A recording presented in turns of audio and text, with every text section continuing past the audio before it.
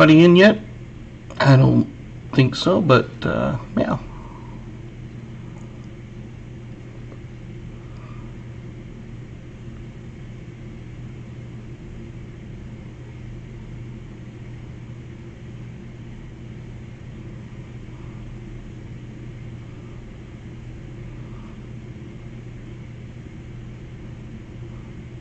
Well, I'm going to open a box of nickels tonight again. I've got a few extras. So we're going to see, this one's kind of gotten beat up a bit, so hopefully that means that stuff is trying to escape. I'll probably give all my finds away tonight, I'm guessing.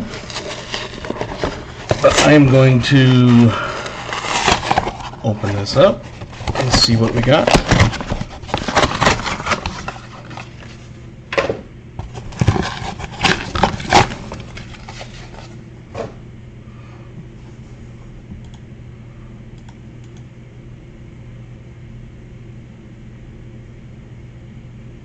Just want to look at a couple things here.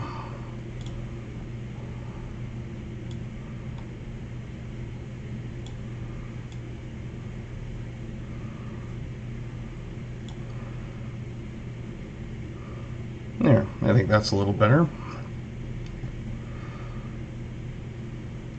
Before it was like kind of stretched out and not sure what was going on there. But we have some new ones. Hopefully that's some 2024s. I guess we'll find out. I'm not seeing any like buffaloes or anything jumping out at me, but I guess we will find out. So I'm just going to go ahead and start into it. I figure I'll just stream live, even though I wasn't really kind of planning on it. Scoop that up out of the way. My good pause spare time mat.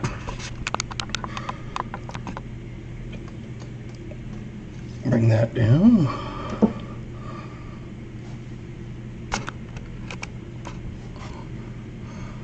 Hopefully that's good for everybody. So of course I'm going to be looking for 2024s, 2009s, any buffaloes, any war nickels, V nickels, any of that kind of stuff.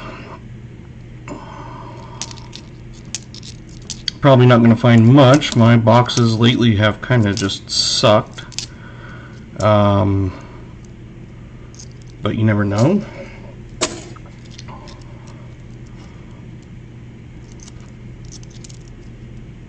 I've been finding probably about 10 or so finds between 30s, 40s, and 50s.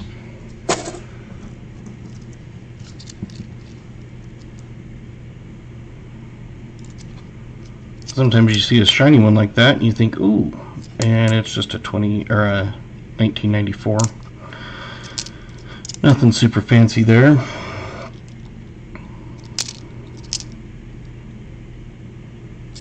So we'll see if we can find some good stuff, and if we do find stuff and there's people in here, I will go ahead and give it away. If you heard that sound, that was a text message, so I will check that real quick. Probably from my son.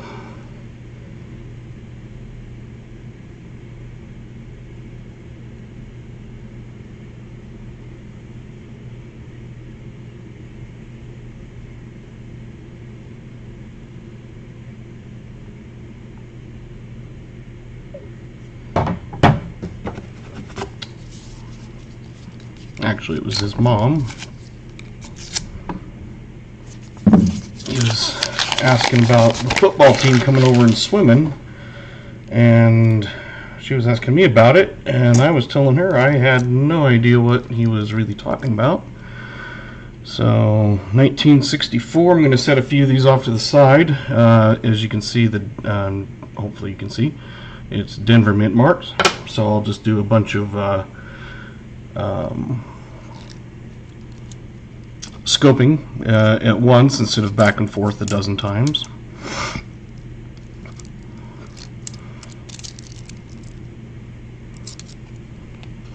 Man, I cannot keep a hold of these things.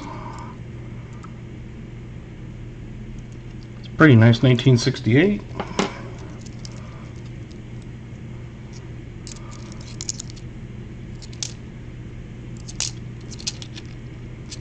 I'm not on call this weekend, so that is nice. Just kind of plan on spending the weekend with the kids. Monday, of course, there's no school, but they're going to go over to a county fair with their mom. So I won't have them the Monday also, I was hoping, but you know, can't win them all. Say 2023s, but again, no 2024s yet. I've only found a couple of them. It's not the Spirit one. I haven't found one, but you can see them usually through just looking at them.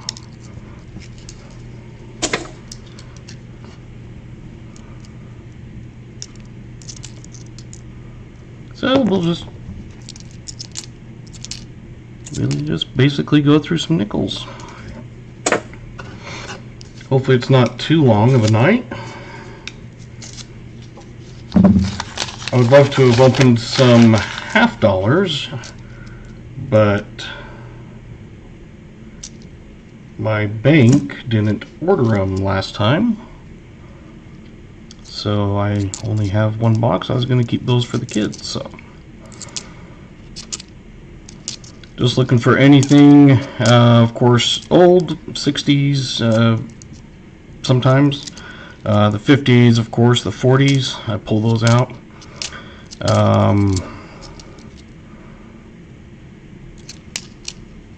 My first box I ever opened, I found a V nickel and a Buffalo nickel, and haven't found a V nickel since. So, you know, it's a matter of numbers. The more boxes you open, the more you can come across. But it seems like I either have really great boxes or really no great boxes.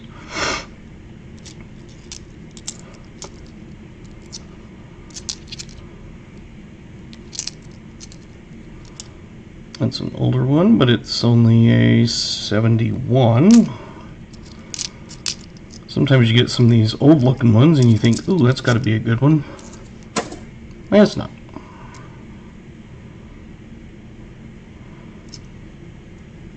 $19.90, it's all dirty. Kind of throws you off, thinking, ooh, maybe it's a war nickel. It's not. It's a 77 on that one.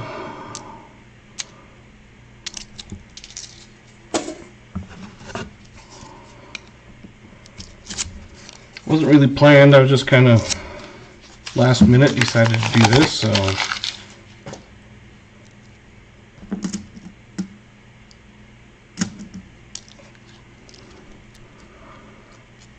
and I tend to be able to see them better holding them in my hands instead of down here. Some people, you know, put them down and go through them. For me, I just find it easier to do it this way. Everybody kind of has their own thing.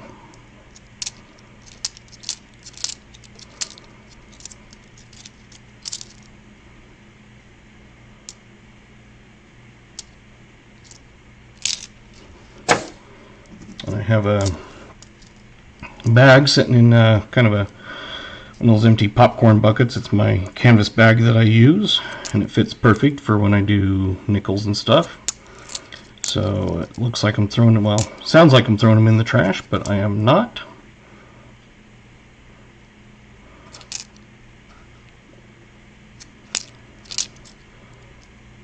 See, more 23s. I come across 23s, but I do not come across those 24s.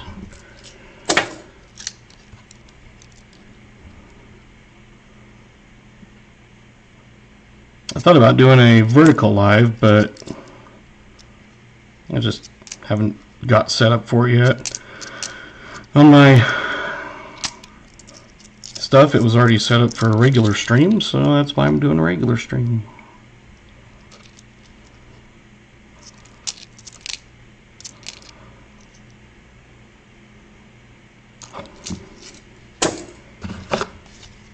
So we'll see how everything goes.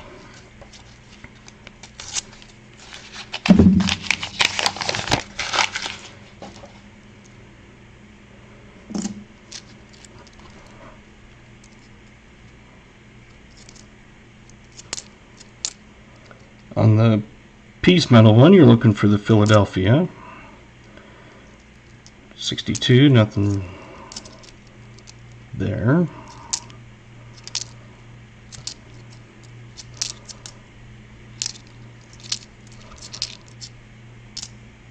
Another 64. We'll see if it's a Denver. And I don't see a mint mark, so it's not the one that I'll scope. I'm just kind of setting them off to the side at the moment and just scope them all at once instead of split back and forth. 1975, but it is not the high mint mark. If it was basically between the back of the neck and where the 5 is about where that would be. That is the one that is a misplaced mint mark, a high D. That's a pretty nice 1960. Nothing special with 60, but sometimes on those nice ones I pull them out. I figure I can always pull them out, and if I don't want them later I can send them back, and if I do want them, yeah, it's only a nickel. 62, nothing with that.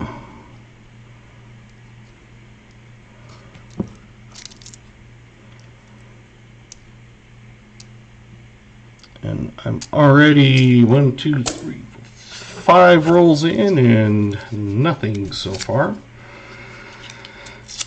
I did pick up some other coins and for my nickels, and hopefully those ones will be better.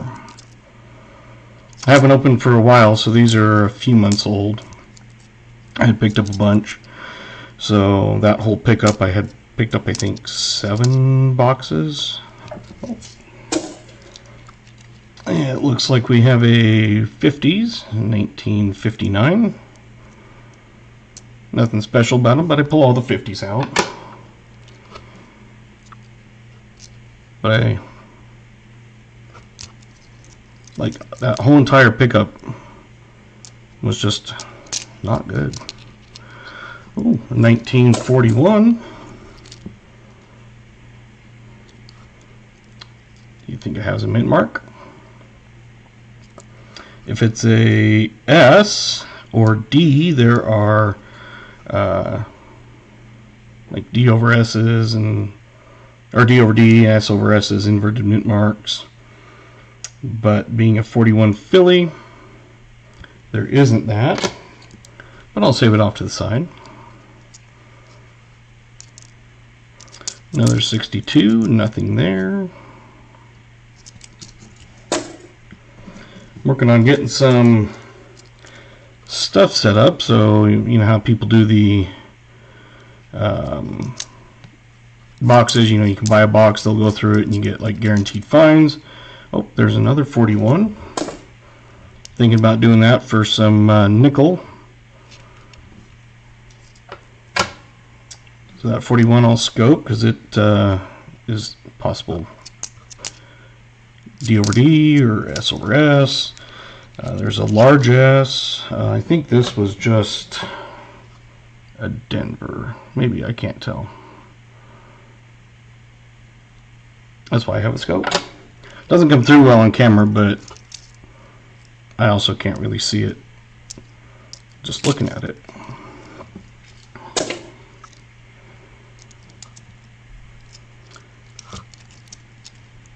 American Eagle Hoarder, welcome. Just kind of an unplanned thing, decided to go live. Well, I appreciate it. It's one of those things that I had gotten the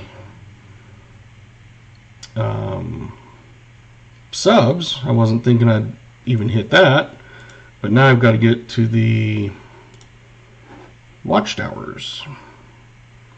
So I'm going to go to the scope because I've got a few of them, and it's supposed to be on there. See if that works. I am still here. Let me see if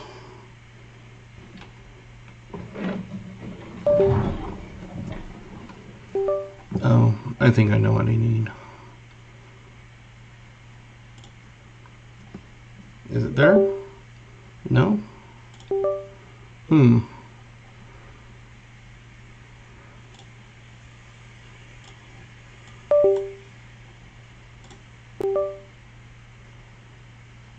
Well,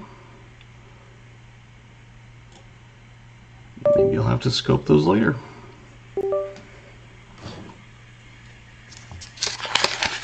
Oh well. Still kind of getting some of those bugs worked out.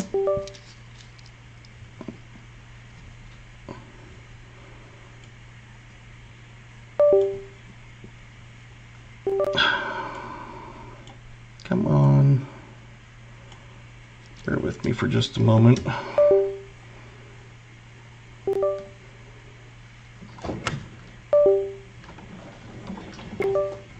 I have a loose cord. I've got to get a different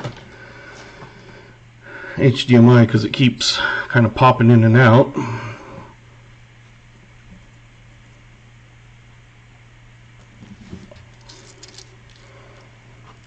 There we go. Hopefully that's better.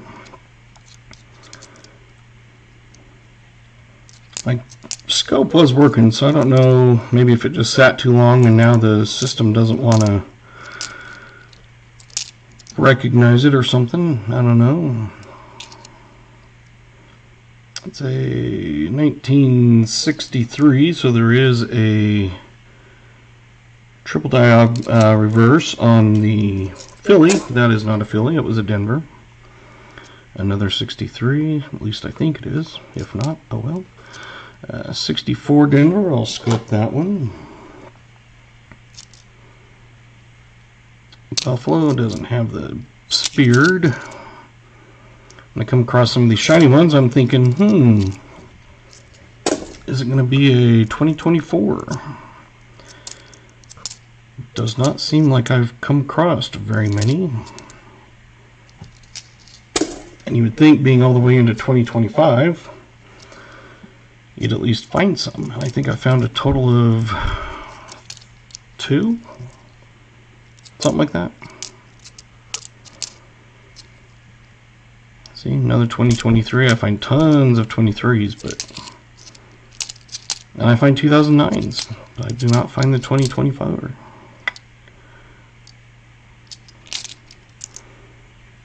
That's a nasty 87.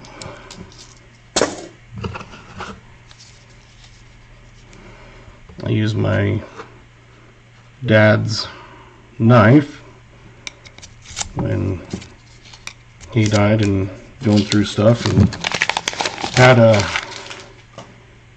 knife pulled out of the drawer, and I just like it, so that's what I use for opening rolls. Everybody kind of has their own way of doing it. Me, I kind of slice the ends off. 73, I thought it was 75, but it was still not the right mint mark.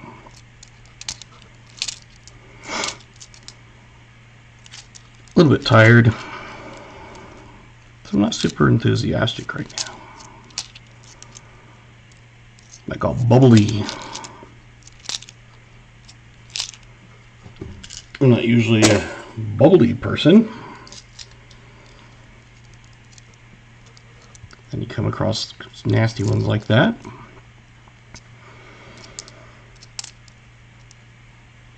Don't know how everybody else's hunts are doing on nickels and pennies. I was thinking about doing a penny box, but I've got more nickels. I think I've got 9 boxes of nickels now. I picked up a couple last week and figured I'd get through these crappy ones. Ooh.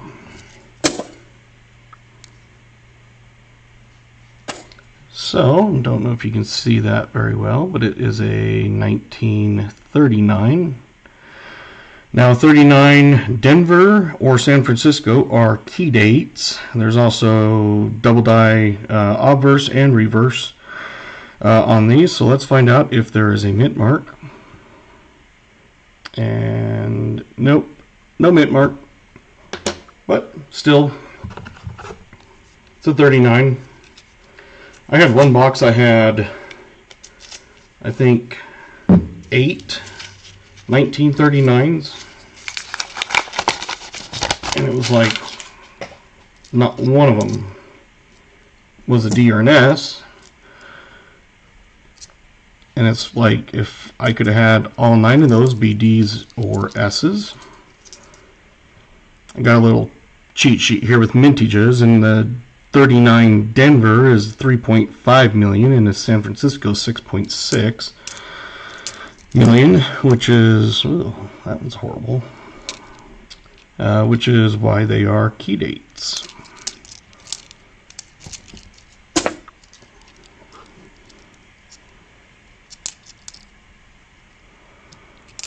Was going to take a sleeping pill, but then I thought it'll probably be the one time it actually kicks in the middle of a live stream, so I decided not to. And since I never sleep, it probably wouldn't do much anyway, so it'd just be a waste until I'm ready to go to sleep. No spears on those. Sometimes I just look at them without even looking at the Denver or San Francisco. Another 64. So we'll scope that 64 D over D. I tend to find 64s quite often. I haven't found a proof for a while.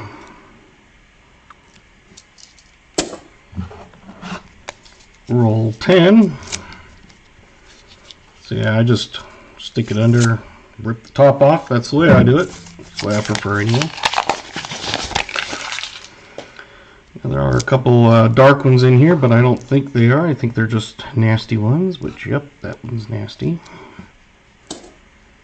Usually you can kind of tell if it's a silver, and the majority of the time it's like, I bet it's a nasty one, and it is. Sometimes corroded, sometimes it's like paint, sometimes it's got questionable stuff on it. Sometimes over gloves. Didn't think about it tonight, so my hands are going to be dirty. Which is why you have a sink and soap.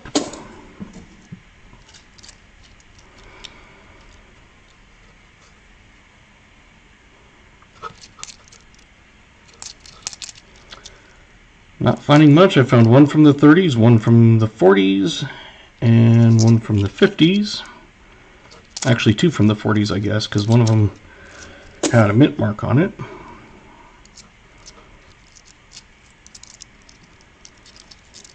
So 1 from the 30s, 2 from the 40s, and 1 from the 50s is so far what I have found. It's kind of interesting watching some of the $50 boxes that people open, and they get, you know, 7 Nipsies or, you know, 5 Nipsies, something like that. Hey, KJ in Ohio, I hope you got your package good.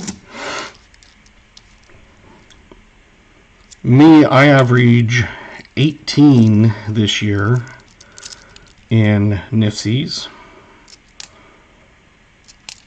I don't know why I find so many. My silver has not been great. I'm finally up to I think it's 0.7 per box, which it was all the way down to 0.4, but still, I'll take it.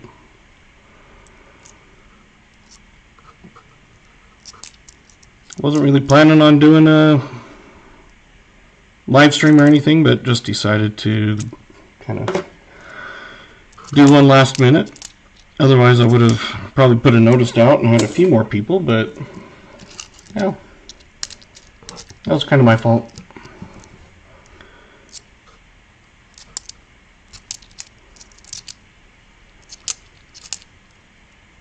I was hoping it got to you good. It said it was delivered, and I know here it takes forever to get mail.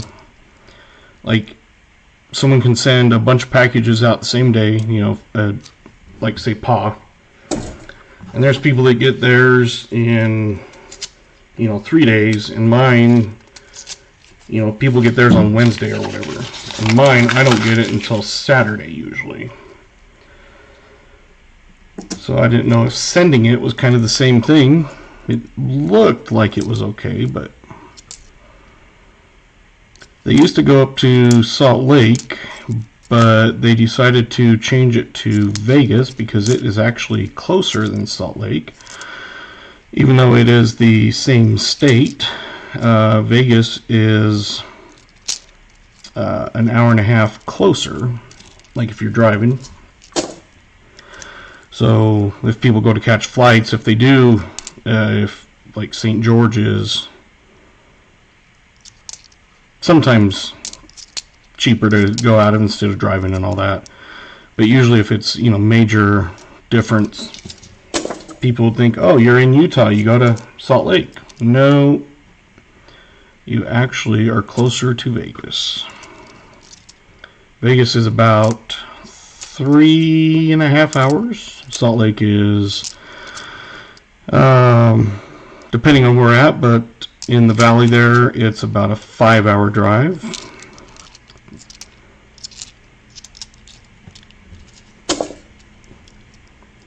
So everything now goes to the Vegas processing instead of Salt Lake.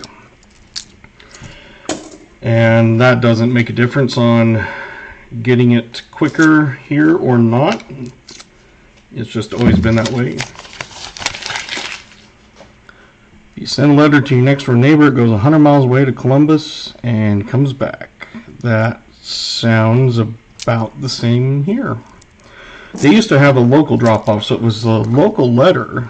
They would just put it, you know, in the local bin and basically, I don't know, hand sort them or something, but they had a local drop-off box, and one that was the town that's in Arizona, it's 7 miles away, and so they had a local and then one for Arizona, and I don't know if they quit doing that because now everything is same sort of thing. It goes all the way up to, or all the way over to Las Vegas and back, even if it's going to the same town.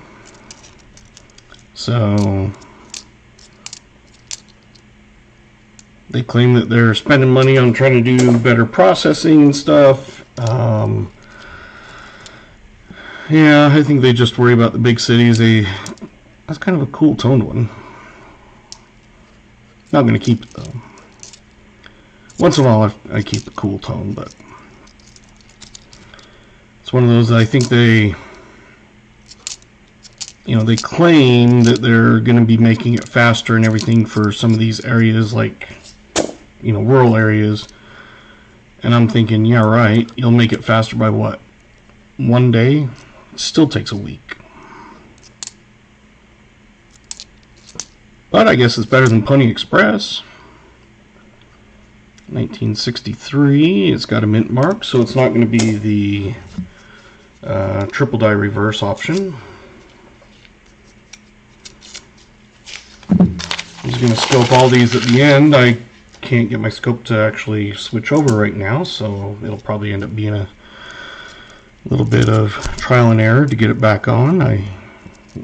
My scope itself is going. Oh, I know what I need to do. Sometimes if it's been on, I have to actually tell the computer to disconnect it, like in its brain, and then I click reconnect and it's there. I don't touch anything, I just disconnect, reconnect.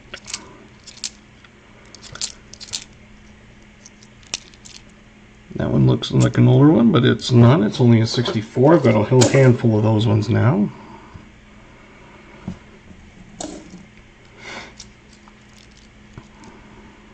So I'm looking at, there's a 75, but it's not the misplaced mint mark. You can see it's underneath the 5 there.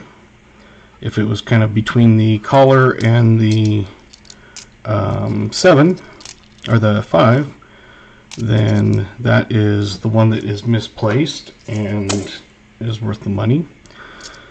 I've found a few that have been a little bit high, but not like I would consider out of place. You know, it's just like slightly off. And the first time I found one, when I was first starting out and I knew about them, I was like, ooh, is this one? It wasn't. So I learned really quick where the actual placements go.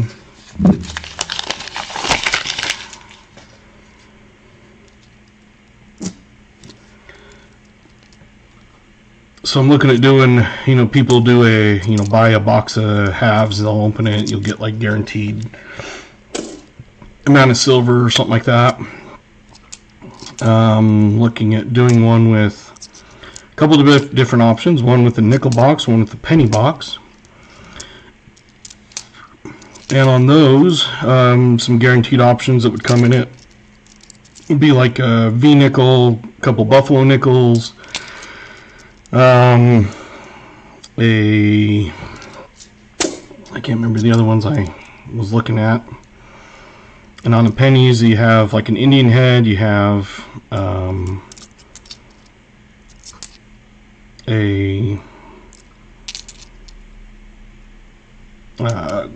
BU wheat cent, you have, a couple, like one from 09 to 19, one from the 20, or a couple from the 20s, a couple from the 30s, that sort of thing.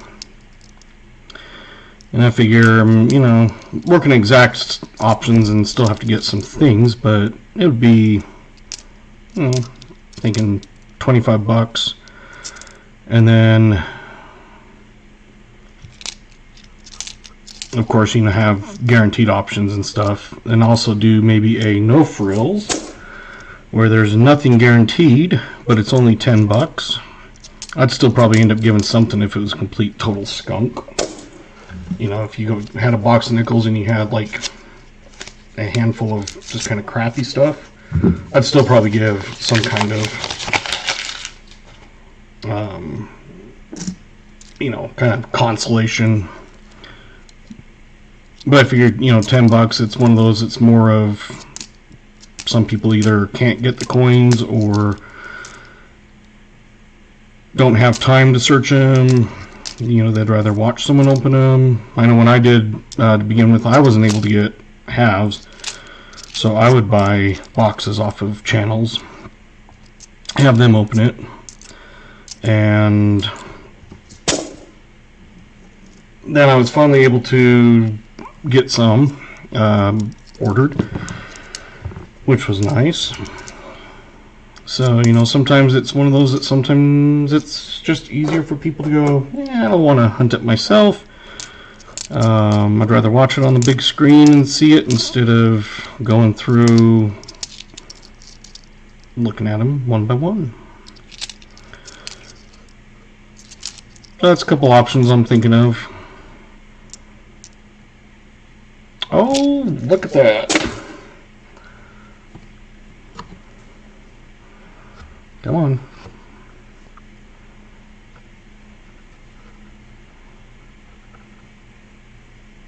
See the date on that one? It's got the ring of death on it. But we have a 2024. Woohoo! All right, that's the first good find, 2024.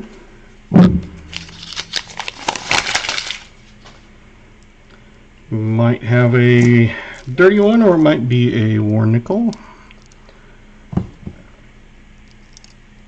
Oh man, there you go. It's a Philadelphia.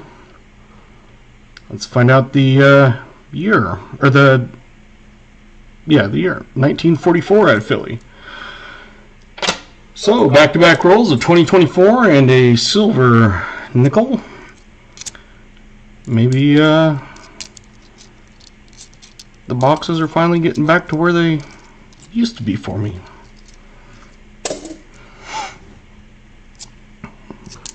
See if there's anything else in here. That one, it was kind of one of those that I was pretty sure it was going to be a war nickel,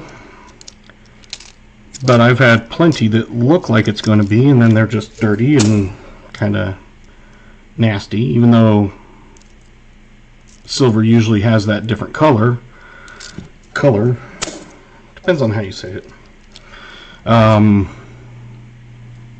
It's just one of those things where usually you can just kind of tell right away, and I'll usually go, I think this is just dirty, and it is. But that one I was like, yeah, I'm pretty sure this is going to be silver, and it was. So let's see if we can go 3 rolls for 3.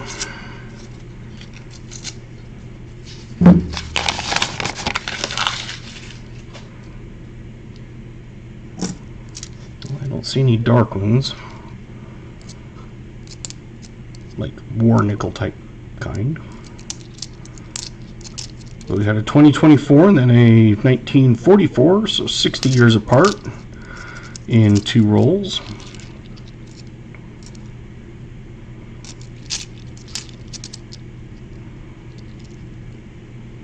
'63, but it's got mint mark.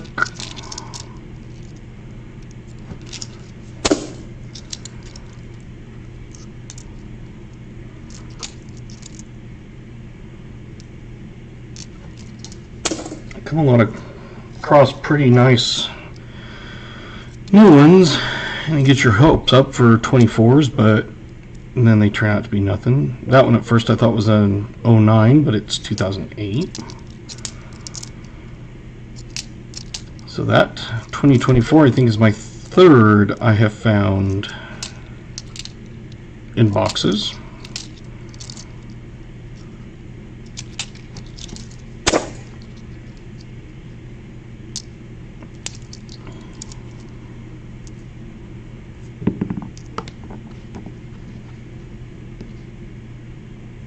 I'd like to come across a proof nickel. I haven't found one for a while.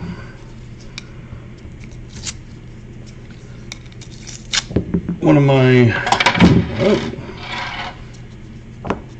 hunts I did not too long ago, I think it's in the works for to be posted. I have them scheduled in advance, and so they just automatically post. But I think one of them is one, and it had 2 foreign nickels.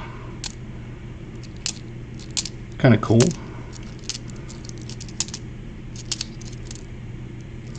Sometimes I can be tired from being on call, and I can just open a box of pennies or nickels and just kind of zone and relax a bit, especially if it was a crazy, horrible weekend, you know, like lots of life flights and things. Sometimes it's just, you do this, it takes your mind off of it. Then you get ones like that it's like, what the heck happened to that?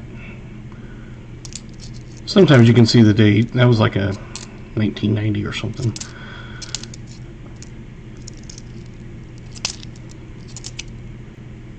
So that's a nice 2020, but don't need 2020s. We're not looking for 2020s.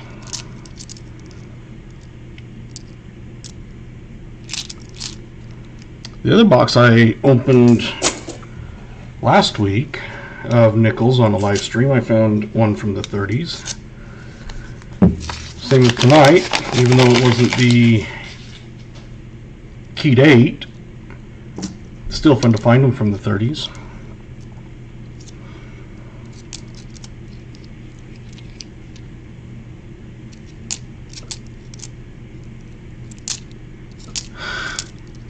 Reminds me I need to put my laundry in the dryer for tomorrow. Tomorrow at the hospital you can wear crusty 2025 pennies. I haven't searched pennies yet much this year. I've done a few boxes. But I haven't found any 2025s. I found some of those 2020, was it 3 that have the extra V. I haven't found one, but I've come across a few of the Phillies. I think it's 23 Phillies that have that.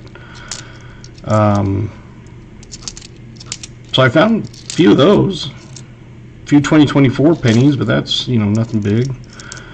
And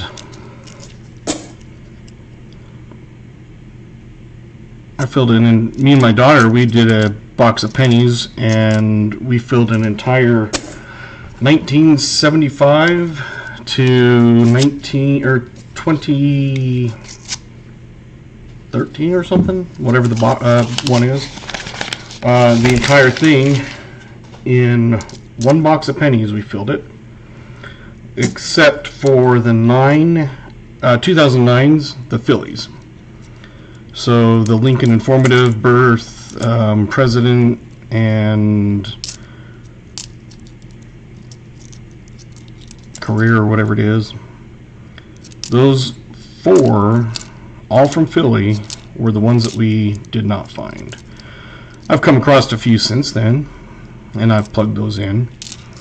But we filled that entire thing with one box, which is kind of crazy.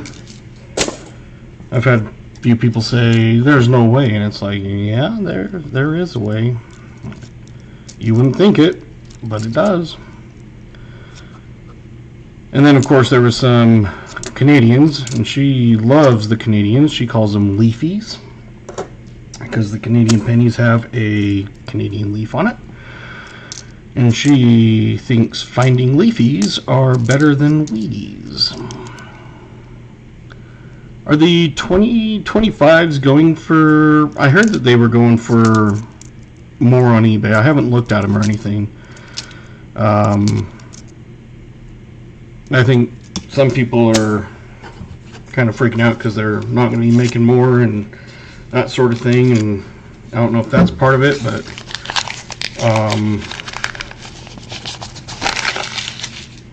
I don't know if they're going for more. I heard they are, but like I said, I haven't checked. I haven't tried to sell any. Yeah, when I was getting a ton of 2024 halves, in 2024 I actually had, I think it was 25 straight boxes of 2024 halves. I looked at seeing if they were selling for anything. They were a little bit, and I calculated by the time I sold it for what it was selling for, and then you paid the shipping and eBay fees, because they take, I think, 13% on coins and currency or something like that. And so you take the eBay fees and shipping, literally it would have made, you know, less than $10. And it's like, that is just way too much work for $10. Now if they were 2024 nickels and they were selling for, you know, $300 or whatever for a box, yeah, that would be worth it. But it's one of those that, unless it's going to make a bunch of money and make it worth your time, to me it's not really worth selling much. Because when you figure, by the time you list it and post it, and even if you do a buy it now or whatever, and then you get the fees taken out, and you have to package it, and you have to basically send it.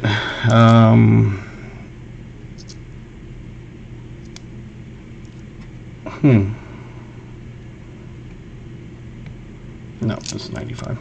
Sometimes you see those and it looks like a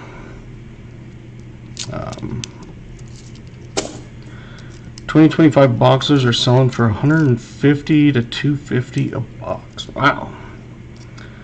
I think I heard Philadelphia's were going for more than Denver's, but I don't know if that's true also just from stuff I've seen and read and that sort of thing. But if you have a box of pennies for 25 and you sell it for 150, you know, that could be worth it. But it's also one of those that you could just stash them away. I mean, it's not a ton of money. Like for me, you know, I have boxes and boxes sitting around of different denominations, you know, quarters, halves, dimes, nickels, pennies. I don't do the like Sacagaway dollar ones, just I don't like going through them. 1961, not one I'm going to keep though. But if I've gone to the banks and I've asked them, you know, hey, do you have any new, you know, 2024s or like on the nickels or, you know, the pennies, they don't really get new ones that often. The one time I got a couple brand new boxes of nickels, and so I looked through the bottom, kind of had to finagle my way down in there a bit. Finally found it, and it was all 2023s. Oh, the D's are the higher price. I mean, maybe it 1957. There we go. It's not too bad of a shape either. It's 57 Denver, so no varieties, but another one from the 50s.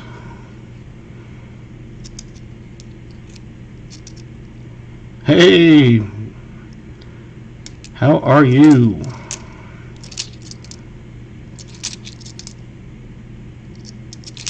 I saw that upcoming live and I was like, ooh, and then the next I was like, oh, it's not today.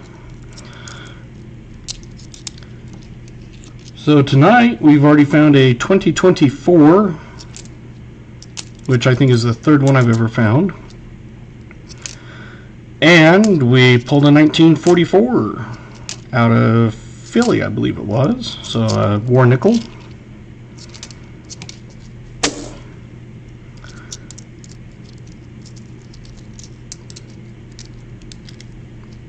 So if people are still on when I finish, we'll give it away. I'm halfway through the box. I am on roll 26, actually 25. I lied. And then you come across some of these icky ones. It's like, what is on it? This one's actually just kind of it almost looks like a golden, but it's not like a plated, it's just toned. It's interesting. We'll put it off to the side.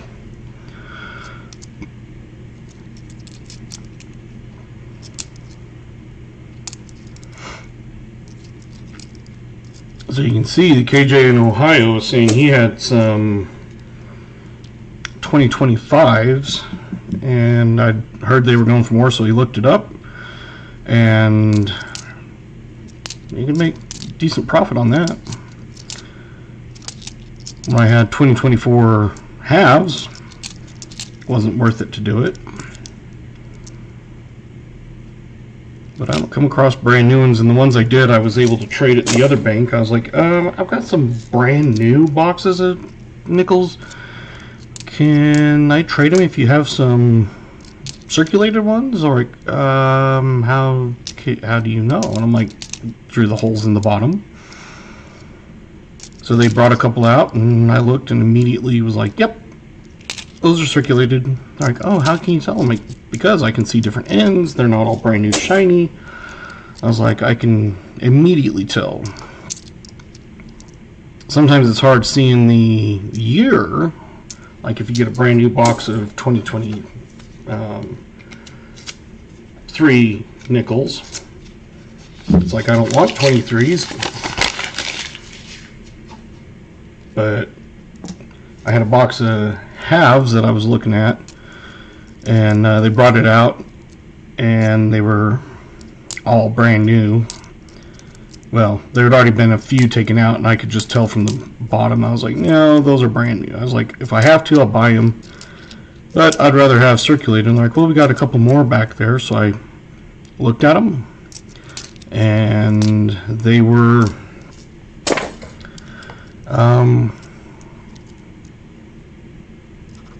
circulated ones. So I said, I'll take them. They're like, which one? I'm like, both. They're like, oh. So they were kind of glad to have me get rid of it for them, because they don't do halves very often. They ordered them, and they thought they were all going to be brand new. And they said that someone came in and bought a few of the rolls off that brand new box. You know, they didn't know it was brand new. They didn't know how to tell. And they were waving a crystal over it, trying to find a 1975 half dollar. When the tellers told me that, I had to laugh. And I said, there is no 1975. A 98 wide AM, 2012 DDO, two of them, and a 2004. Man, I don't find many penny varieties. I've got a 1940 here. It is out of, I'm guessing, Denver. I can't tell that. Yeah, maybe San Francisco. No, it's Denver. But another 1940s. So I've got one from the 30s, two from the 40, and two from the 50s. But yeah, they're like, why isn't there any 2025s or 1975s? I said, because 1975s, they started making the Centennial 1976 ones. So you will not find a half that has 1975. You will have 1976. And they're like, oh, well, they were going to come back and go through more. So if they come back, I was like, they can buy them from you, because you can get rid of them. But I was like, I guarantee you they're not going to find one that has 1975 stamped on it. Just a regular circulated one. Nope, not going to do it.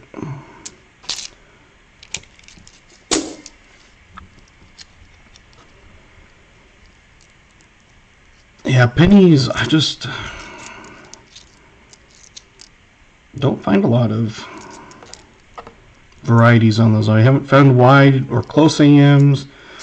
I found a few that could possibly be like, can't remember which one it was, but it was like, it could possibly be one. Sometimes I'm not 100% sure, so I just throw them off to the side and put them in a box that I use for, you know, just throwing kind of pennies and stuff in, and one for my nickels and things that I want to go through later. And I just need to sit down and actually go through them. Maybe that'll be a live stream, going through ones that I throw off to the side so I could look at them later. Probably not. But hey, you never know.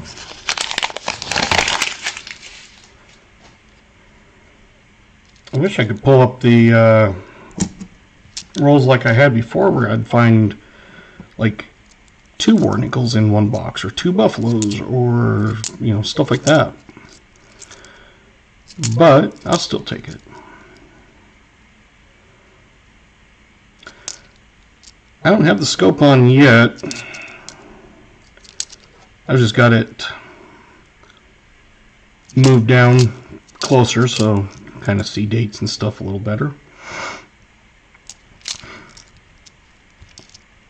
I was trying to go to the scope earlier, but it was giving me a black screen, and I think what I have to do is, sometimes with Streamlabs, if it's been idle for too long,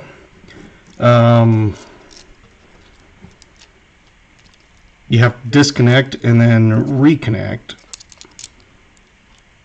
And so I'm going to try that here in just a second and go through some of the ones that we've pulled off, like 64 Denvers. Oh, that's a good one.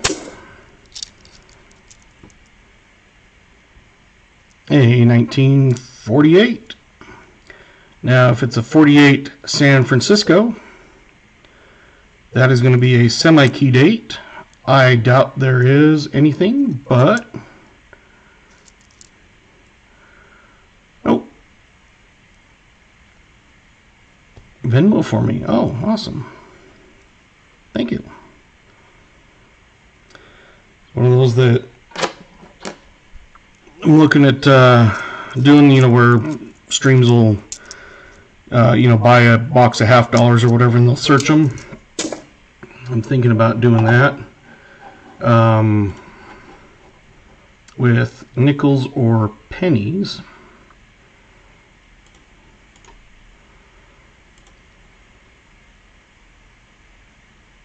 Seeing if I can. Nope, still didn't work. There we go. Deactivate. Activate. Now let's see.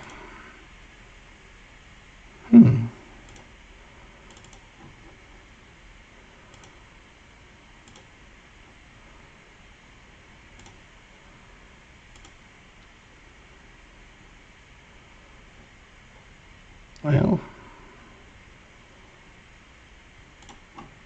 guess not.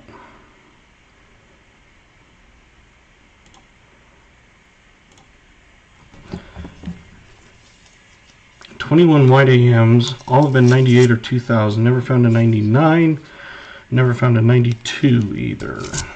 Yeah, it's cool that you found a bunch of wide ones. I find the ones that you don't need, the ones that are supposed to be wide. But I'll have to play with that scope, so I might have to scope them off camera, and if there's anything, go through them. That's kind of a ugly one.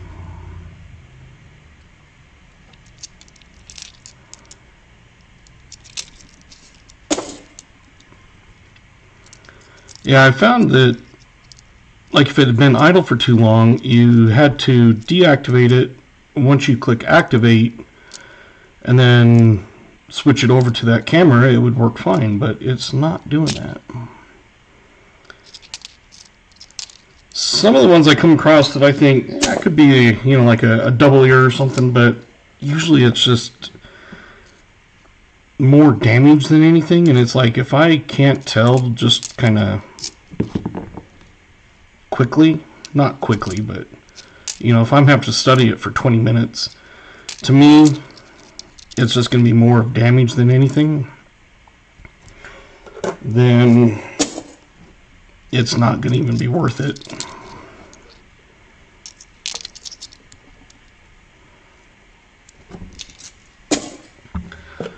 Roll 30. Ow, I almost sliced my finger off because I opened them like that. And that one went. Luckily it was above it, not in it. I've done that before. I've stabbed straight into it.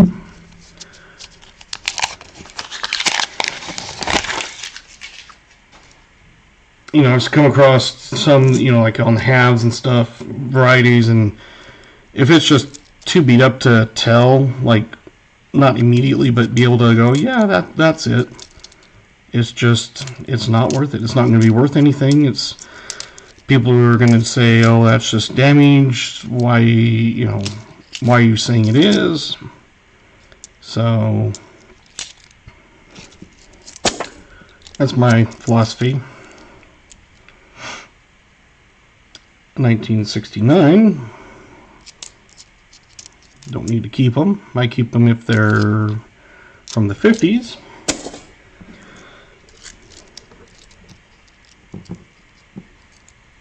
I should do kind of like what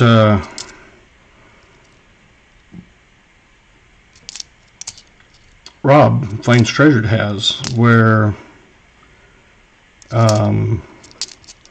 he has a book of uglies, like the ugliest ones that you can find. I come across so many of them. See, like this one, it's the 1975. It's not the correct one with the, I'm sure you guys know, but the mint mark would be more of right here, not down here. So I come across one. I've never found one. I found one that was, a few that have been kind of high. But to me, a slight bit of being a little bit higher than normal, but not in the right spot. It's like, it's not going to be anything.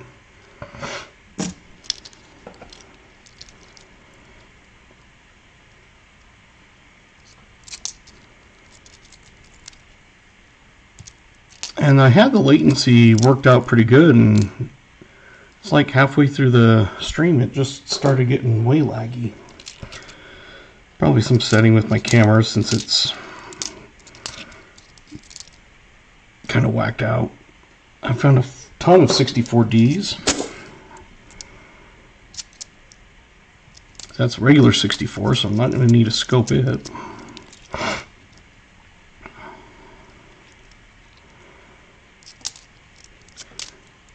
I like hunting nickels. Halves, of course, are just easy to hunt. But after halves, I would say my next favorite would be nickels. There's a bunch of, different people that have different mats, and, you find the ones that have key dates and stuff. So I just kind of made a thing like this. It's like some of those older ones, like the 40s and stuff. I'm not too familiar with the DDOs and things. But then also the key date and semi-key dates and mintages on those. And so I just have like one of these, and then I laminate it.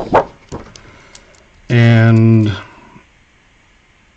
because sometimes it's like, ooh, a 1939, but I can't ever remember off the top of my head which mint mark is the one you're looking for. And so I have that just kind of glance at if I can't remember.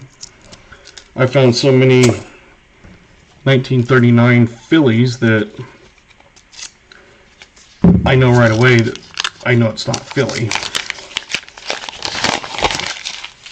I had one box where I found 8 1939 fillies, and a handful of them were actually pretty decent shape too.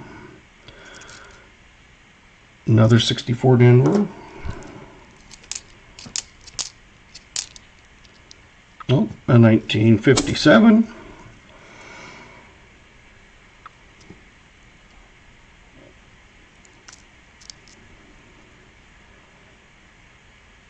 Looks like Denver. So there's one from the 50s.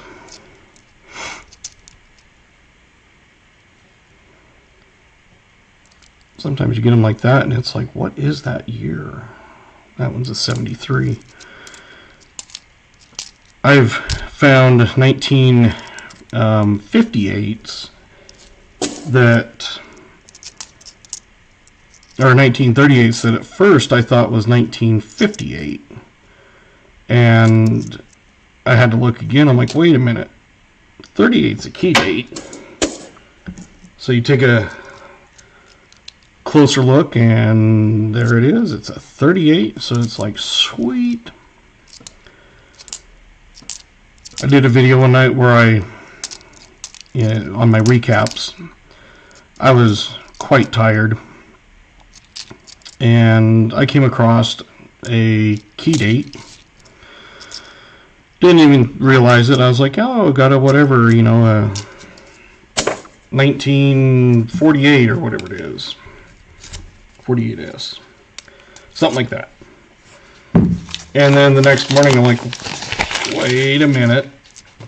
Did I find that last night? So I went down and looked, and I had to throw a little snippet in on a recap that was like, hey, I was so tired I didn't even realize it last night. It's a 1968. Nothing there. I haven't found a speared bison. I probably never will, but for me, I can usually, like from seeing pictures and things like that, like when you're looking at PCGS and things, it's a great way you can kind of use different grading options on their thing to kind of compare what grade you think yours is.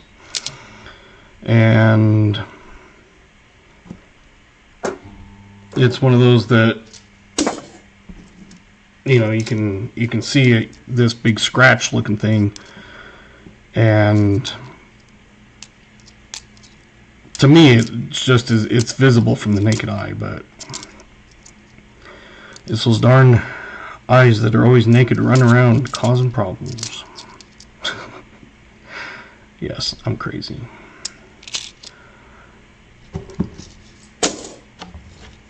I had a few in the middle of the box that had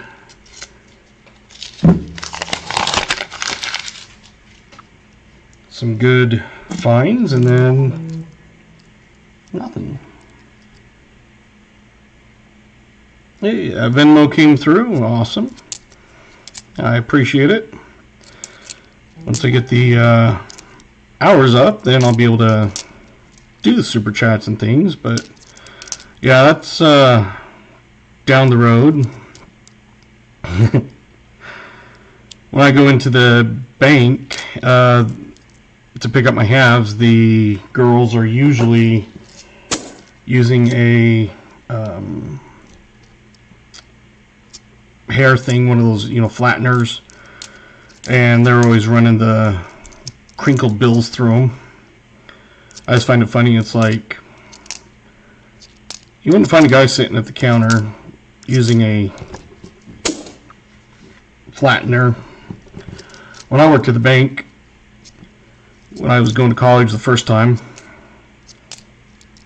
I just stuck them into a pack. I was on the commercial window, so I would do probably 2 to 3 times the amount that the other tellers would. Excuse me. So on a normal shift from like 1 to 6, I think it was only a drive-up building. So there was 6 drive-up lanes, and it was all downtown. And so you come across ones like that, you think if it was in a half or something, it would be a proof, but yeah, it's usually what it is like 2015, 2019, something like that. But they had like 6 lanes. Basically, it was for the businesses because it was downtown. And so I would do the commercial window, and I would get about a transaction count of 300 transactions in those 5 hours. Because I'd get out of my classes and then go down and work 1 to 5, so I'd get out at like 12:30 or whatever it was.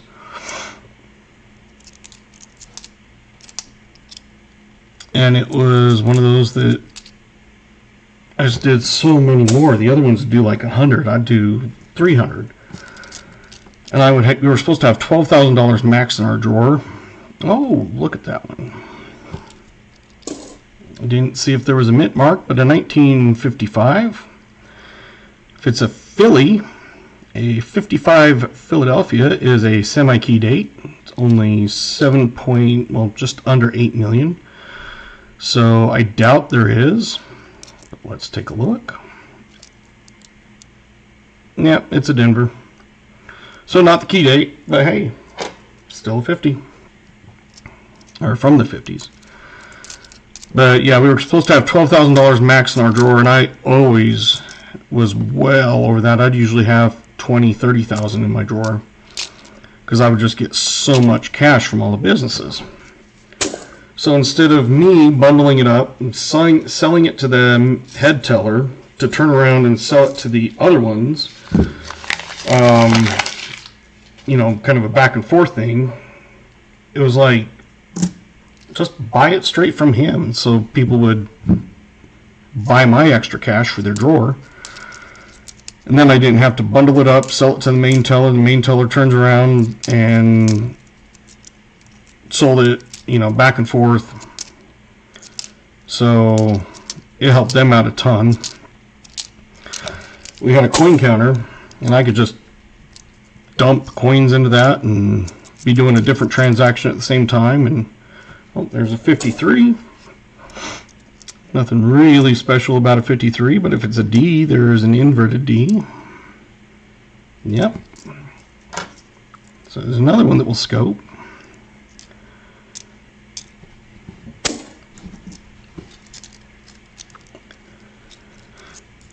So yeah, I regularly had to break the rules just because if I didn't, there would be a line clear down the road, because half the times within 2 transactions I'd have more than my limit. So I would literally throw it into a separate drawer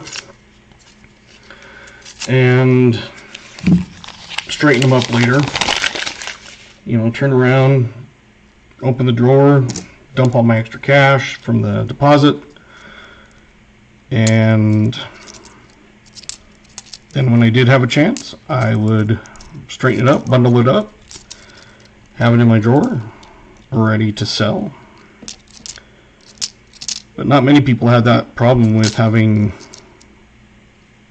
too much cash. I would go through coin like crazy. I would get bags of quarters. They, $1,000 in a bag. They were rolled, but they would come in the bags instead of boxes like you get now, because we dealt with the main branch. Would get the orders and then turn around and sell them to the branches.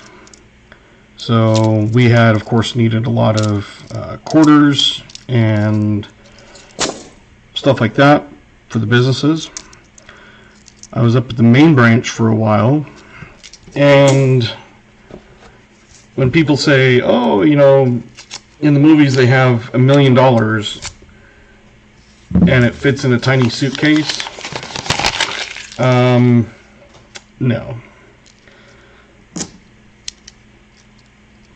It does not fit in a tiny suitcase.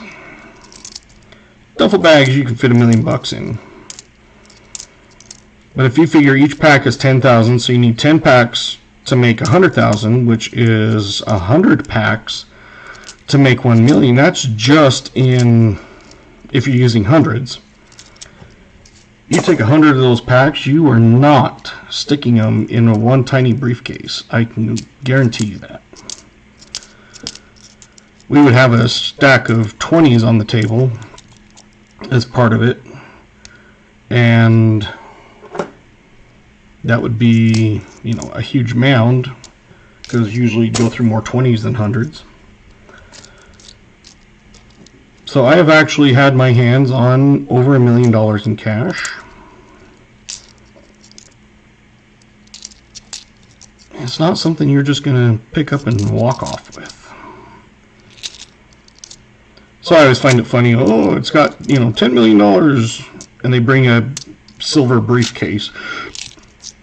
It's like, there's no way you've got $10 million in there. Or $1 million in a regular suitcase. It's like, you'd have to fit 100 of them. So even if they're brand new, never been touched, perfectly crisp, they're still not going to fit.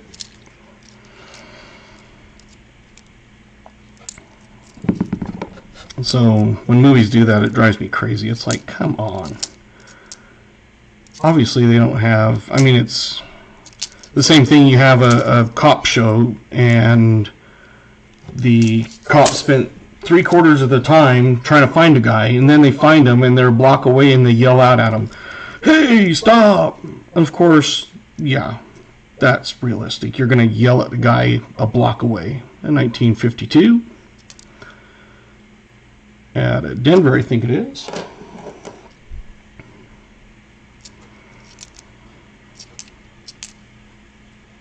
So I just kind of find it hilarious sometimes. It's like, seriously?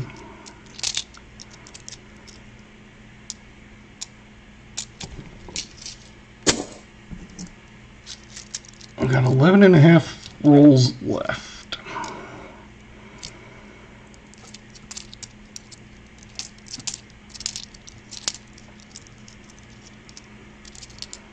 So that always also drives me crazy when you have the cops yelling at the suspect that they've been searching and searching and searching and searching for.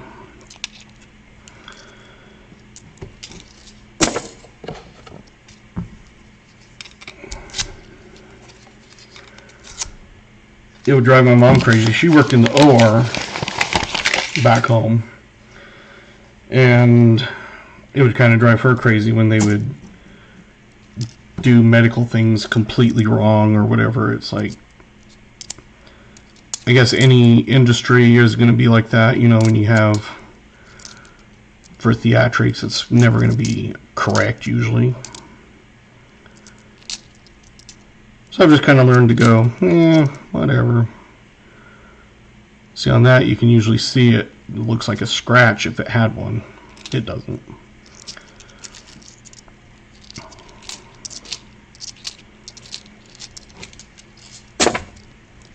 I saw that short that had the proof nickel, I think it was. I haven't found a proof nickel in a while, so that would be nice if I could find one.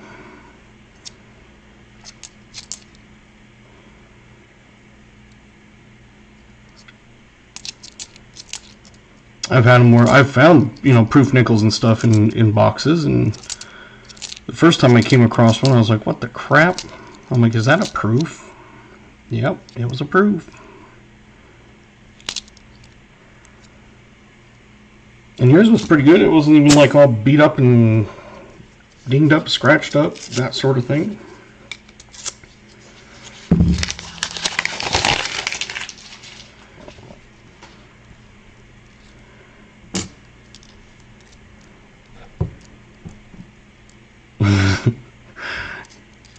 Just a few bills.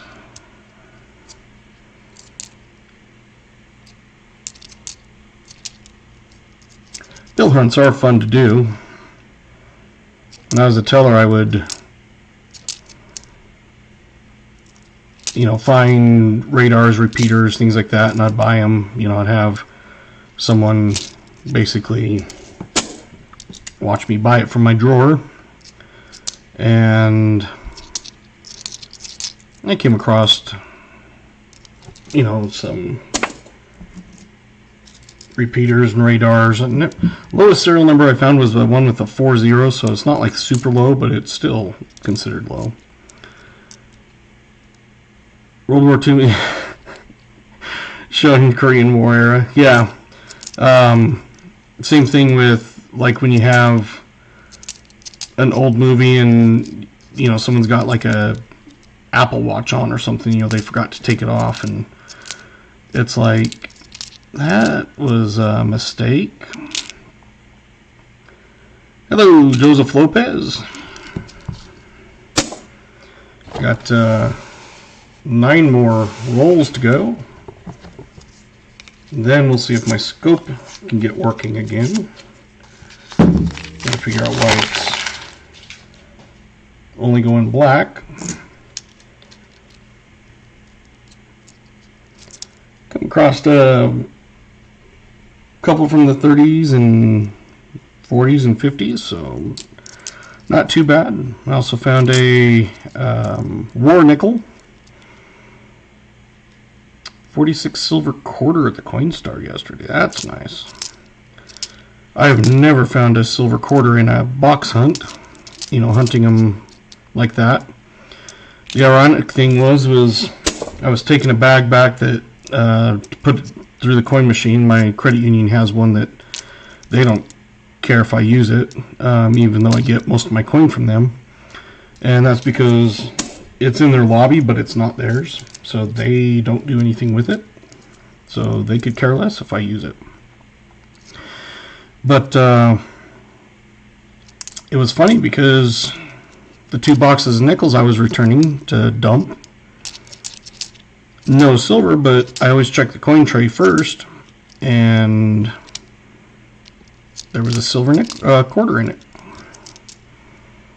So I couldn't find one in a box hunt, but I found one in the coin return tray.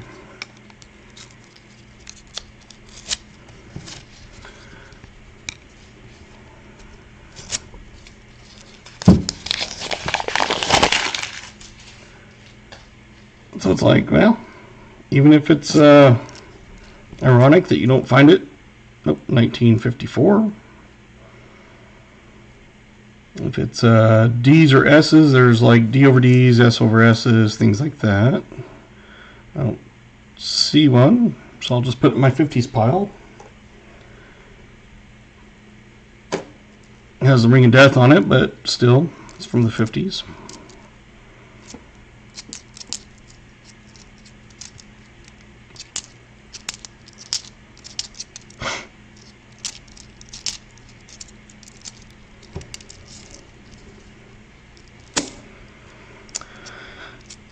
It wasn't planned. I know I've had one scheduled before, and it was kind of a last minute thing, and so I knew not many people would be in here, but that was okay.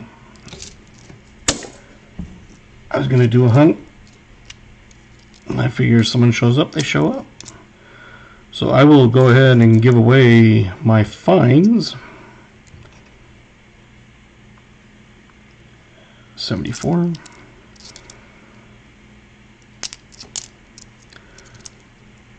So if you stick around, we'll do a drawing at the end of the box after I've gone through everything.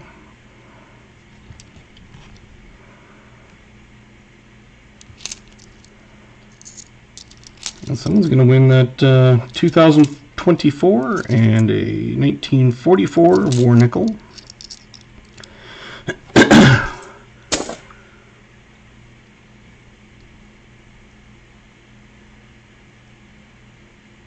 Yeah, I've only done a couple live streams. This is only my 3rd live stream.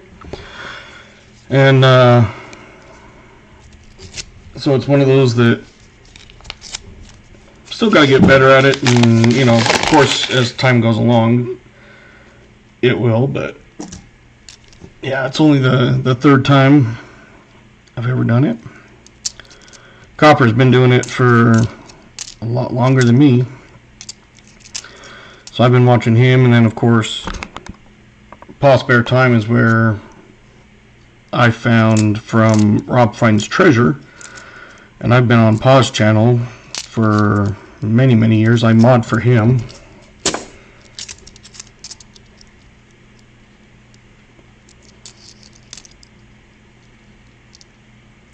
When he was able to do memberships, when he finally hit the 500, you know, I've been with him probably with less than 100 people or something. And then it like unsubscribed me somehow, because I was like, wait a minute, I've subscribed to this guy before. So it had unsubscribed me, but I was with him since he was probably about 50 or so people. So when he got the ability to do memberships, I was actually his first member. See if it focuses. Come on. I haven't looked at the mint, but it's a 1955. And again, if it's a 55 Philly, it is a semi-key date.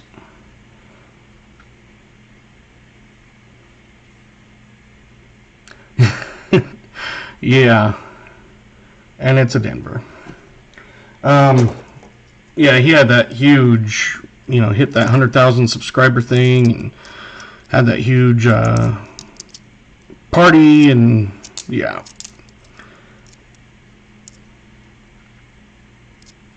I do not envy sending that out. I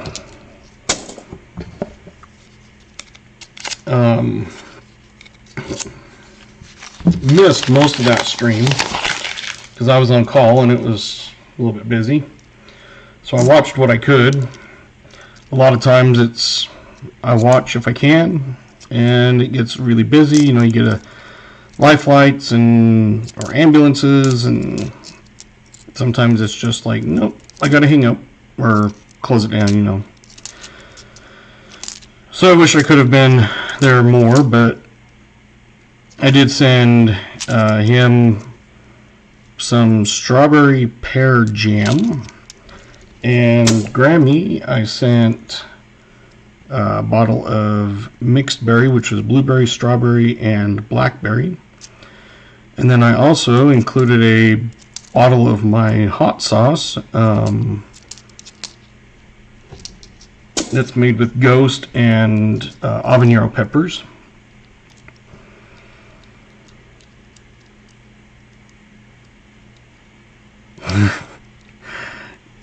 Yeah, I think in the past he's tried to get things hurried and sent out, and it just doesn't work that well. Things get either missed or mixed up or something like that.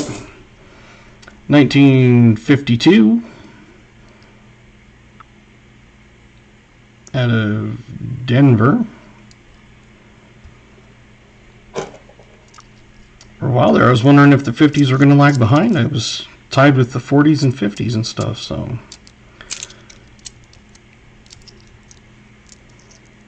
But yeah, my hot sauce I made, it has habanero and ghost pepper, and I roasted them, in the oven.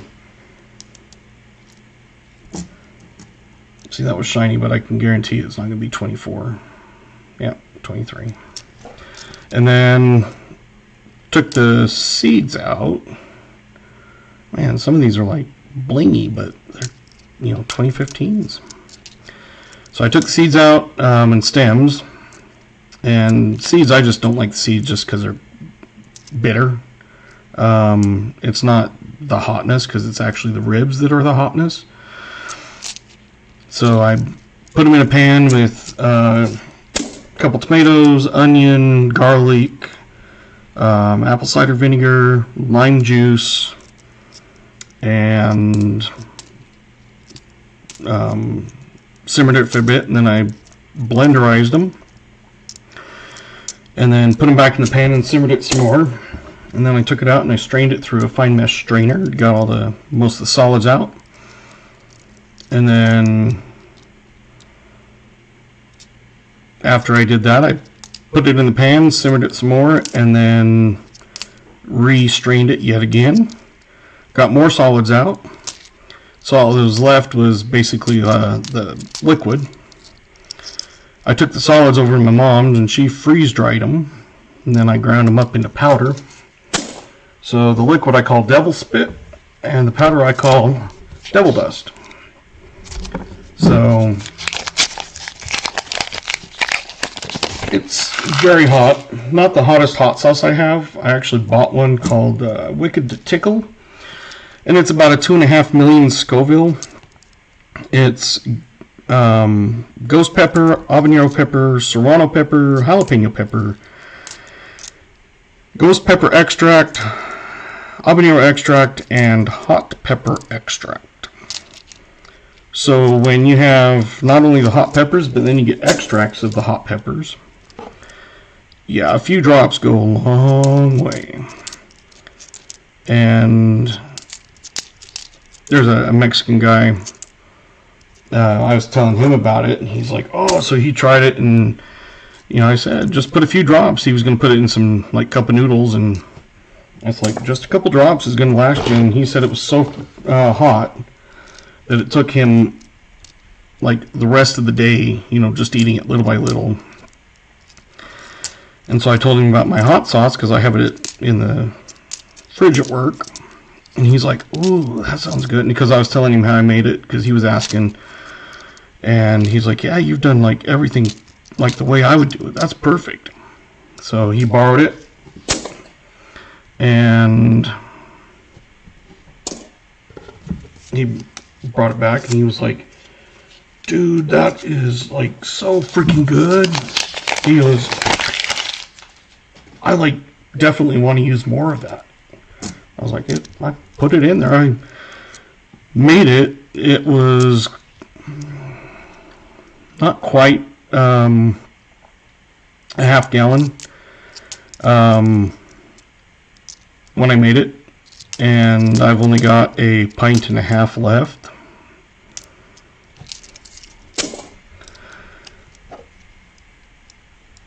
I love Chipotle, and the problem is I could not, like, Chipotle to me is just ketchup. Like, it's not hot. So that's why I've searched and searched and searched and found that Wicked Tickle, and that, it's claims the world the hottest Chipotle, and yeah, it is.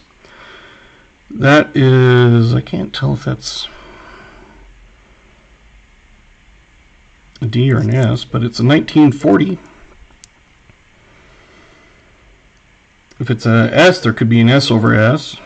So we'll scope that one here a bit.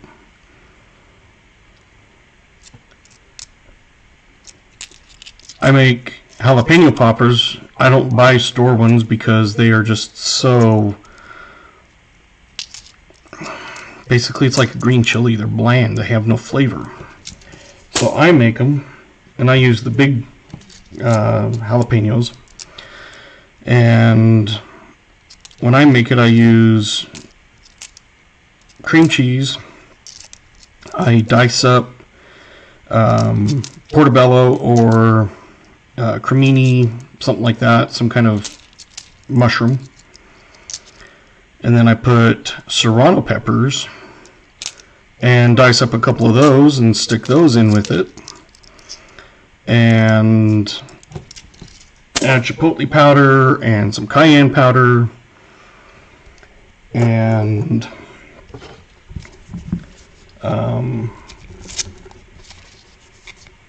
stuff them into the jalapeno and then wrap them in bacon. With all that stuff plus the serrano peppers and stuff I put in, yeah, those are some good ones.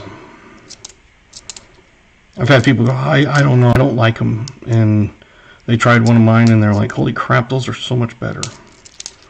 I was like, yeah, because I can't stand those store-bought crap. Like, they're literally horrible. I wouldn't say I'm a snob about it, but if it says you're a jalapeno popper, it should have a little bit of heat, which is why I have my own.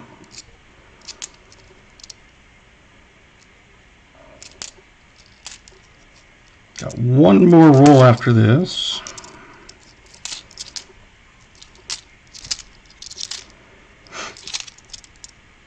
And then I'll see if I can get my scope to work.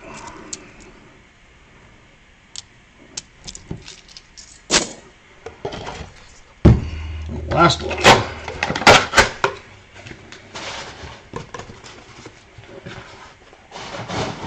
And I just have a empty cardboard box that I use for my trash. And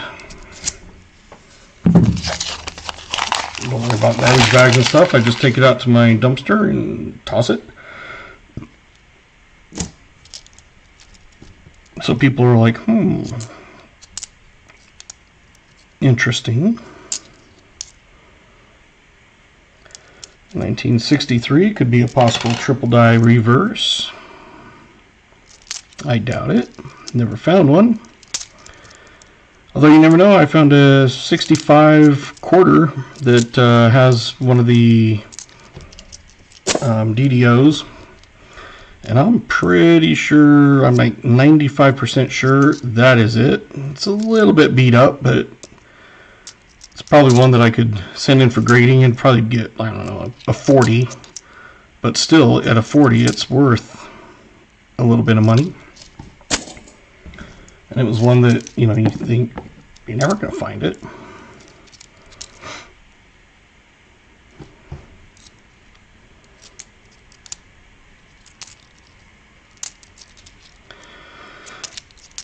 So you never know what you'll find.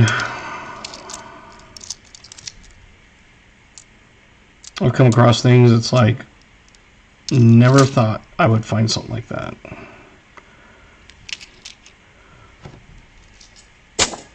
Alright. So there's a stack of 64s that I need to scope.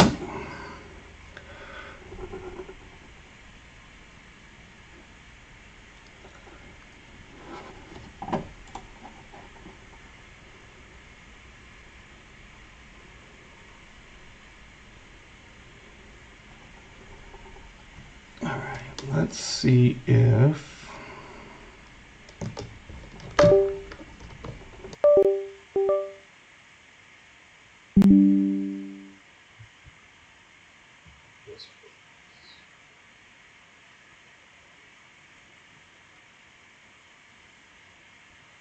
bear with me just a minute. I'm going to see if I can get this to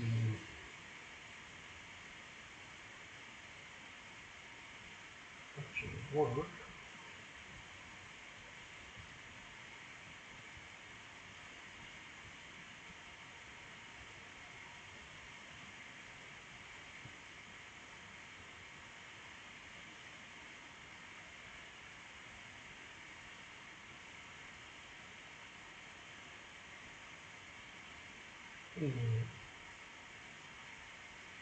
Oh, well, part of it is because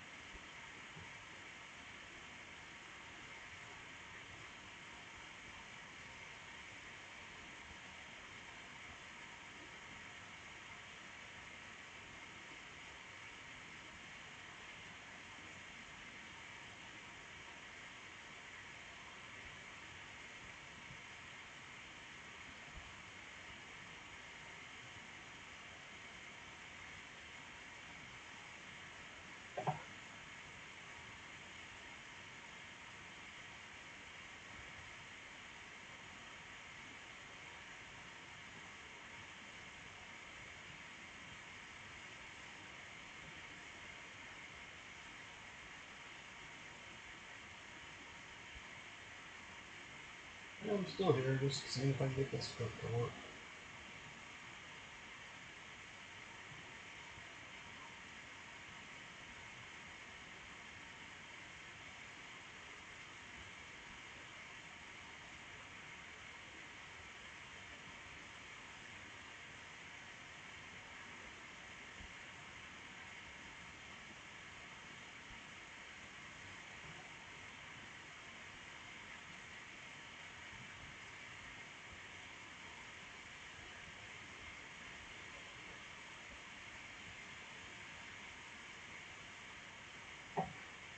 Yeah, unless it's got like an error or something like that.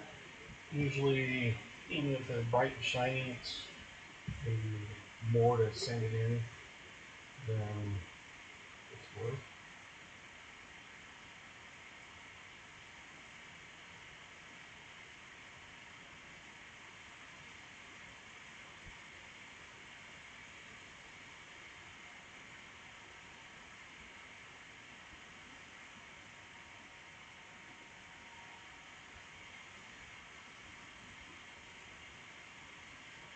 You know, I've lost both.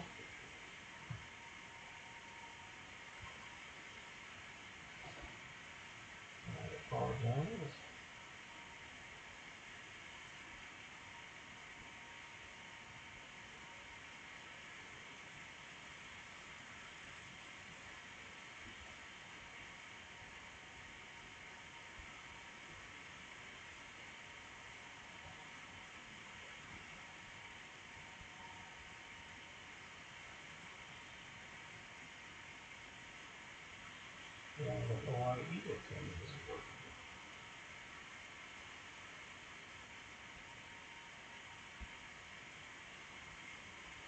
Oh, well, looks like I got the scope up. Sounds good. So,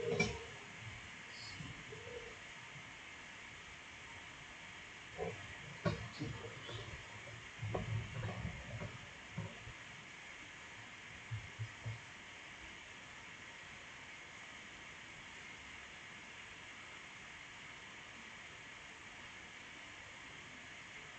Looking for a triple die reverse. It's none on that.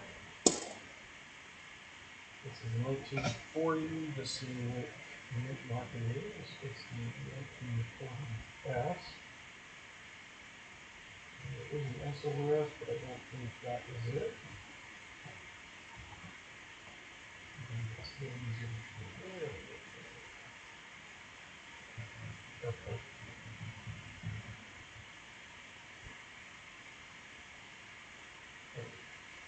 So I'd say that's just a little bit of that. And then we had a 53, and that's a Denver, and it's an inverted D, or a DOV as far as I can see. If you come think I'm wrong, let me know. This is a 41, and it is an S. 41S, you have the large S, you have the S over S, and the inverted mint mark. And honestly, I'm not familiar with any of those. I'm just going to do for now. Totally fine. We've got a 64.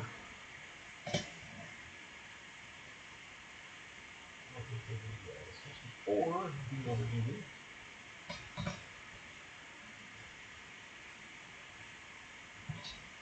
Sometimes with damage, it's like, not even going to spend damage before, so you can tell that's damage with the bottom.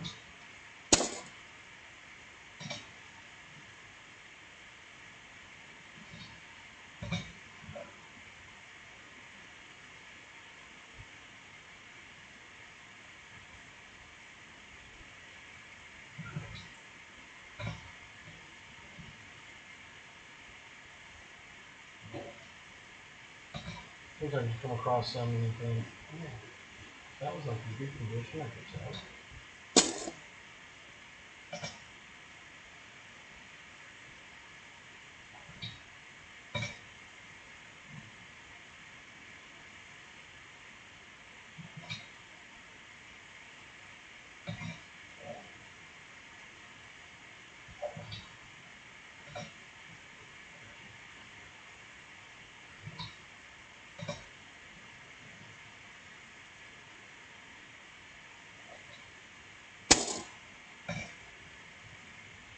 I love the scope. I can actually get down further on it.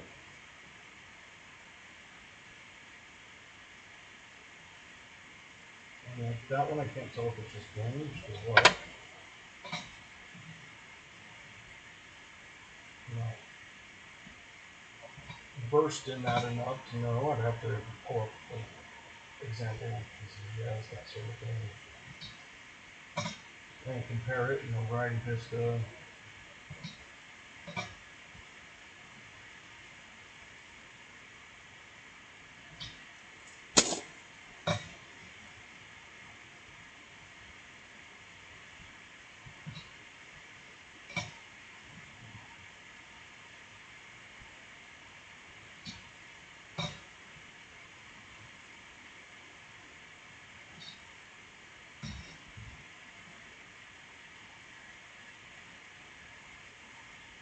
And to me, it's amazing that there's people that will grade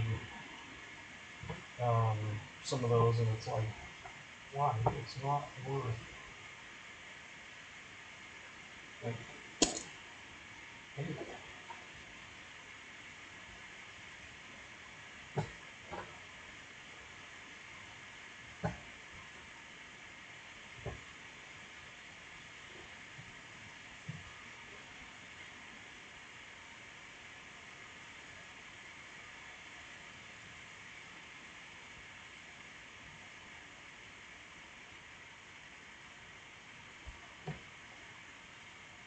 Let me go back, see if I can get the camera working again.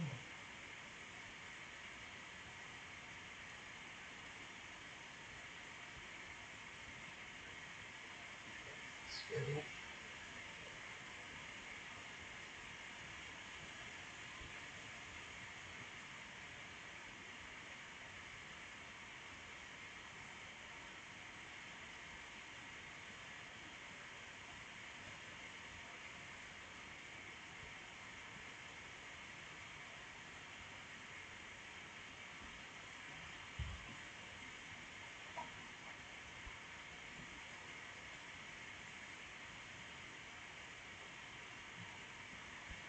Still escape.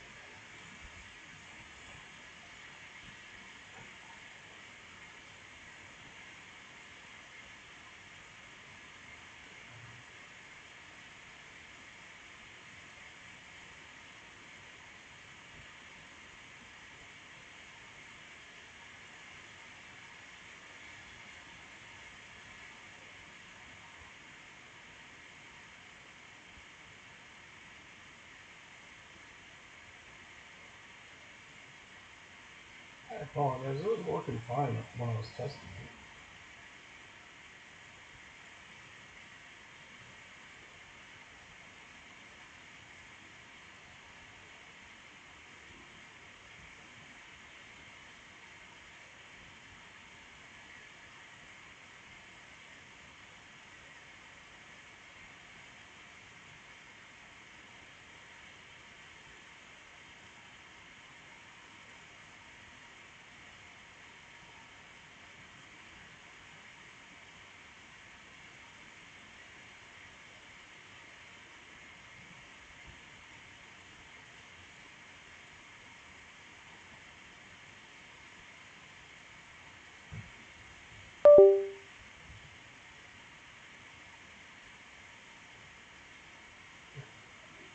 Let's just turn the screen off.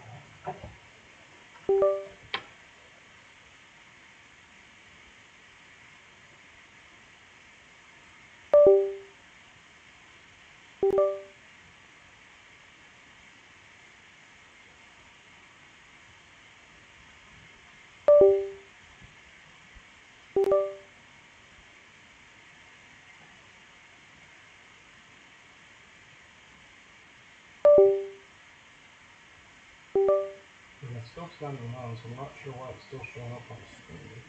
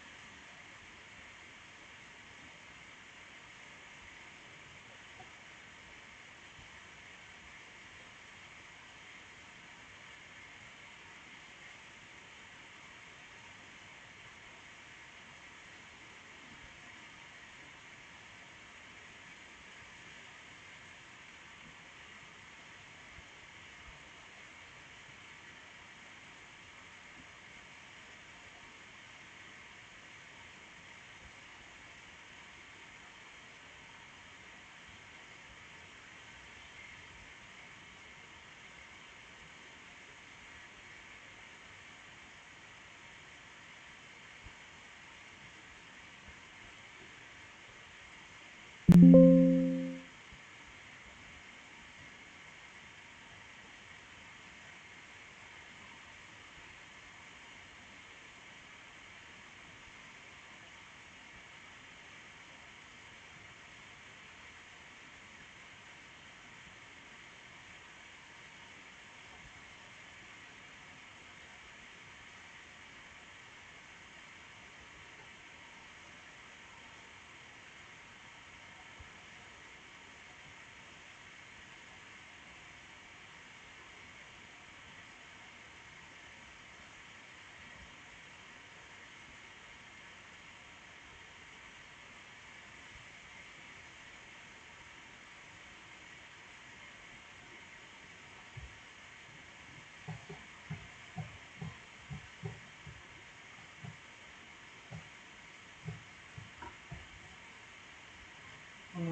guys can hear me, of course.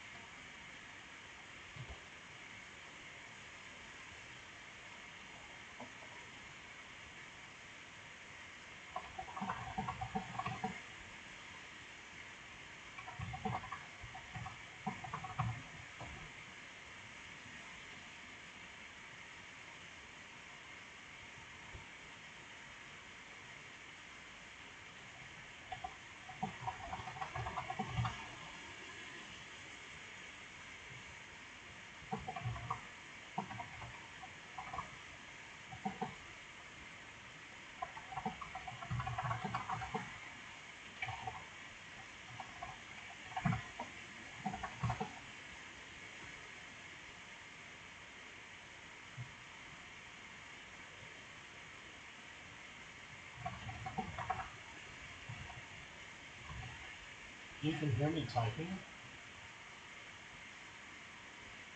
That's interesting because I don't have anything turned on for mic. Oh, all right. Guess we won't worry about that part then. Well, if you can hear me, don't know how you can hear me because none of my mics are open.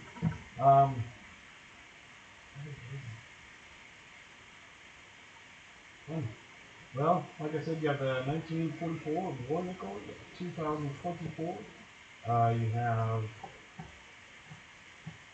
9 from the 50s, 5 from the 40s, and 1 from the 30s. No key dates or semi-key dates, but yeah, there you go.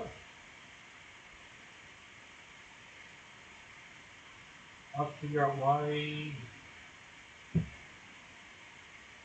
you can hear me if my mics are all off. Oh, maybe it's my monitor mic that's on. It is. Interesting. So when my video went down, my monitor mic turned on. So no idea what that's about, but hey, at least you can hear me. So anyway, I appreciate you guys hanging, and like I said, it wasn't even planned, so I wasn't expecting really anybody, and so there you go. Hopefully everything goes good. I'm also going to include that 64 that might be, I don't know if it's damaged or what. Like I said, I'm not too familiar with them, so I'm just gonna say quickly. So anyway, I appreciate you guys watching, and I will sign off, and hopefully get this thing fixed and working. Alright. Thank you, everyone.